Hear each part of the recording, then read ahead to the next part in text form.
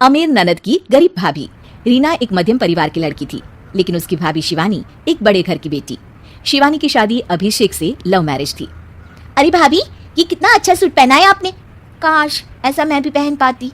अरे क्यों नहीं रीना, वैसे भी तुम्हारा और मेरा नाम तो एक ही है, जब मन करे पहन लेना। भाभी, आपको आपके पापा ने कितने अच्छे कपड़े गहने दिए हैं। मैं उनकी इकलौती बेटी जो हूँ। बेटी तो मैं भी इकलौती हूँ, लेकिन क्या करे, पापा है नहीं, पता नहीं कैसे होगी मेरी शादी। तभी वहाँ शिवानी की सास आ जाती है। अरे क्यों नहीं करेगा भाई तेरी शादी धूमधाम से, आखिर जिम्मेदारी है तो उसकी। और वो दिन भी आ जाता है जब रीना की शादी तय हो जाती है। अभिषेक, क्या हुआ? आप इतने परेशान तो कभी नहीं दिखे, कोई बात है तो बताइए मुझे। अरे शिवानी, वैसे तो शादी का सारा इंतजाम हो गया है, लेकिन गहनों का रेट तो आसमान छू रहा है। कैसे क्या करूं, कुछ समझ में ही नहीं आ रहा। थोड़ी देर में शिवानी अपने पूरे गहने अभिषेक के सामने रख देती है। ये लीजिए, गहनों का इंतजाम भी हो गया। अरे नहीं नहीं शिवानी, मैं ये गहने किसी हालत में भी नहीं ले सकता, ये तुम्हारे पिता ने तुम्हें दिया था, और तुम हो कि। तभी वहाँ सास आ जाती है। अरे तो क्या हुआ, इसकी तो हो गई ना शादी, अब किसे दिखाने हैं इसने गहने। सास गहनों का डिब्बा शिवानी के हाथ से लेकर वहां से चली जाती है। रीना की शादी धूमधाम से होती है और अब वो बड़े घर की बहू बन जाती है। वहीं रीना की शादी के बाद शिवानी और अभिषेक उसकी शादी के कर्जों से डूब जाते हैं। मैं सोच रही हूँ नौकरी करनी शुरू कर दूँ, वैसे भी पढ़ी लिखी हूँ, आपकी थोड़ी मदद भी हो जाएगी। वैसे शिवानी कुछ दिन कर लो तो अच्छा ही होगा, क्योंकि ज़रूरत भी है। अब शिवानी भी नौकरी करने लगती है और घर खर्चे में अभिषेक का हाथ बटाती है। एक दिन शिवानी, रीना का फोन आया था, कह रही थी कि आने वाले त्योहार में उसके ससुराल जाना है। ठीक है माँ। अरे ठीक तो है, लेकिन एक काम कर लेना, उसके सास ससुर से लेकर पूरे खानदान के कपड़े मिठाइयाँ सब ले आना, और हो सके तो रीना के लिए छोटे से कान में पहनने के बूंदे भी। और क्या है ना, शादी में उसे सारी बड़ी बड़ी कान की ज्वेलरी दी थी, घर में पहनने के लिए तो उसके पास कुछ भी नहीं है।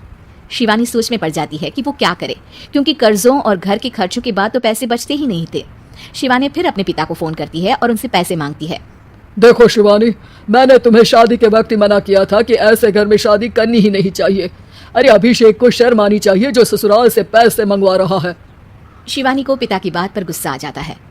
आप मेरे पिताजी हैं और मैं परेशान थी, इसलिए आपसे मदद की उम्मीद की पापा। अभिषेक को तो पता भी नहीं है कि मैंने आपसे पैसे मांगे हैं। शिवानी सोचती है कि वो अभिषेक से बात करे, लेकिन फिर उसे लगता है कि वो टेंशन ले लेगा। तभी शिवानी की नजर हाथ के कंगन पर पड़ती है, सीधे बाजार जाती है और उसे बेचकर ननद के घर ले जाने का सारा सामान लेकर आती है और सास के सामने रख देती है। हाँ ठीक है, लेकिन फल थोड़े और अच्छी क्वालिटी के होने चाहिए थे। शिवानी कुछ नहीं कहती, वहां से चली जाती है। एक दिन शिवानी, रीना का फोन आया था, बहुत रो रही थी। क्यों माँ, क्या हुआ? सब ठीक तो है ना उसके ससुराल में? अरे तूने तो उसकी नाक ही कटवा दी। अब मैंने क्या कर दिया माँ? कह रही थी कि बड़े घर की बहू है भाभी, जो कपड़े दिए वो ब्रांडेड भी नहीं थे। तू तो जानती है ना उन लोगों का पहनावा कितना अच्छा है। तू तो मेरी बेटी का भला कभी सोचती नहीं। हाय भगवान, अरे बड़े घर की बहू है, इसी बात की जलन है ना तुझे, लेकिन याद रख मेरी बेटी का सोचने के लिए भगवान है, तुम लोग कभी उसका बुरा नहीं कर पाओगे। अब शिवानी के मन में सवाल था कि क्या ईश्वर सिर्फ रीना के साथ है, उसके साथ नहीं? लेकिन उसे सुकून था कि वो अभिषेक के साथ उसकी जिम्मेदारियों को निभाने में बराबरी की हकदार है। शिवानी वहां से चली जाती है। वो सास से कुछ नहीं कहती, क्योंकि अमीर घर की बहू बनकर रीना को भले ही सुकून ना हो, लेकिन गरीब घर की बहू बनकर शिवानी खुश है, क्योंकि खुशी पैसों से नहीं परिस्थितियों पर निर्भर करती है।